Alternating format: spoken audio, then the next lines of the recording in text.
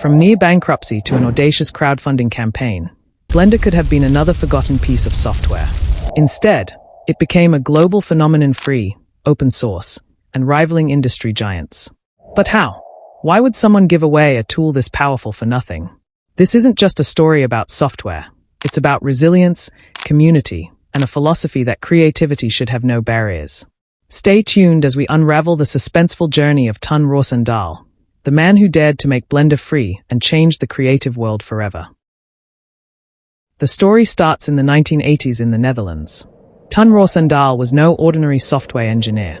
A curious and creative mind, he was fascinated by both art and technology, often tinkering with early computers, trying to merge his two passions. His talent landed him a role at Neo Geo, a small animation studio founded by his friend Frank van Beek. Neo Geo wasn't just any studio. It was a pioneer in the European 3D animation scene. The team worked on commercials and industrial visualizations, wowing clients with their innovative work. But behind the scenes, the creative process was a nightmare. The available 3D tools were painfully slow, difficult to use, and outrageously expensive. Ton, however, was a problem solver. Rather than settling for mediocrity, he started developing a custom software solution for Neo Geo. He called it Blender.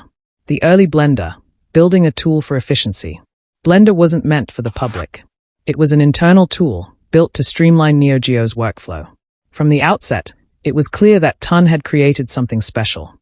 Blender's design was compact and efficient.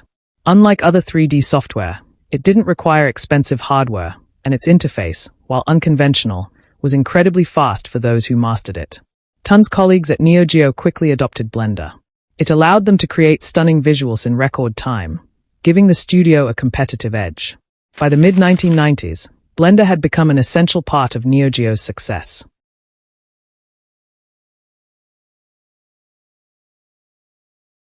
By the late 1990s, however, Neo Geo faced mounting challenges. The 3D animation market was changing rapidly, with studios in the US and Japan pushing the boundaries of what CGI could achieve. Neo Geo couldn't keep up. The company's decline forced Ton to make a tough decision. He had poured years of his life into Blender. Should he let it fade into obscurity with Neo Geo, or should he try to save it? For Ton, the answer was clear.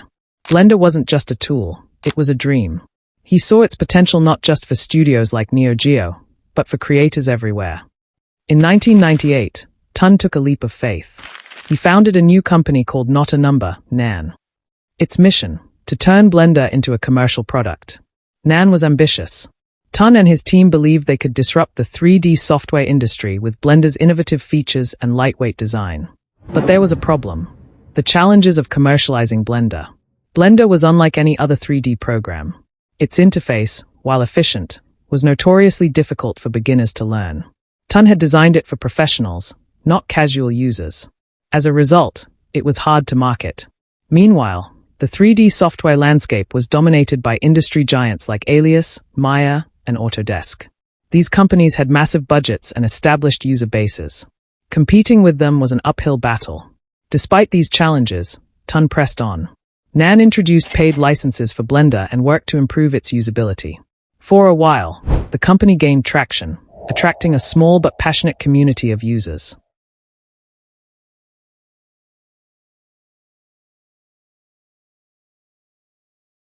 By 2001, cracks began to appear.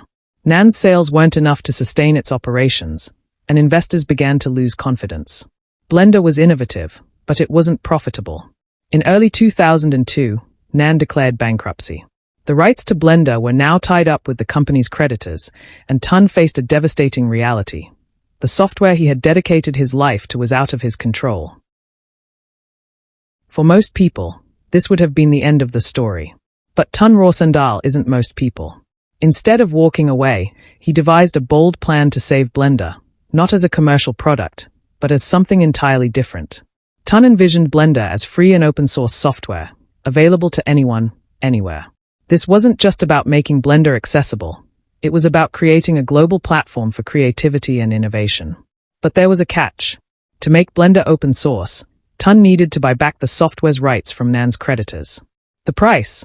€100,000, a daunting sum, especially for someone without a company or investors to back him. In mid-2002, Ton launched the Blender Free Open Source Software (BFOS) campaign. It was one of the first major crowdfunding efforts of its kind, and it came with a simple promise: if the campaign succeeded, Blender would be free forever. The campaign was a gamble. The internet was still in its infancy, and crowdfunding wasn't the phenomenon it is today. Ton relied on word-of-mouth, forums, and the passion of the Blender community. To Ton's surprise, the response was overwhelming. Artists, programmers, and enthusiasts from around the world rallied behind the cause. In just 7 weeks, the campaign raised the full €100,000. On September 7, 2002, Blender was officially released as open-source software under the GNU General Public License (GPL). It was a historic moment, not just for Ton, but for the entire creative community. Releasing Blender as open source wasn't just a smart move, it was a revolutionary act. Blender's story isn't just about software. It's about defiance, innovation, and a global movement that shattered the barriers between imagination and realization.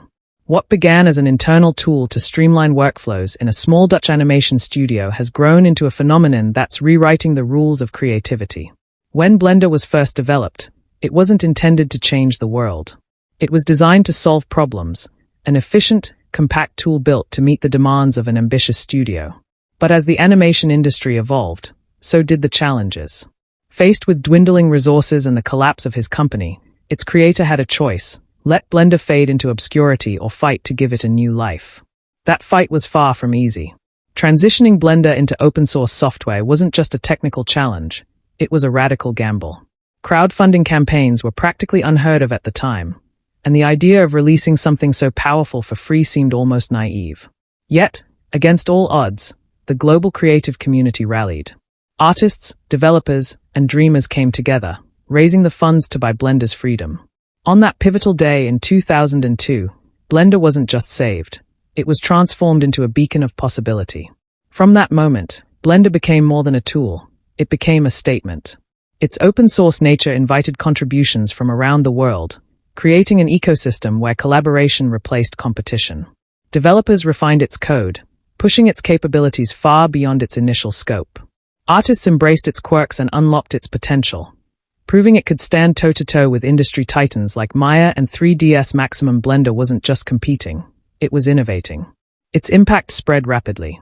Open movie projects like Elephant's Dream and Big Buck Bunny weren't just technical showcases, they were cultural milestones.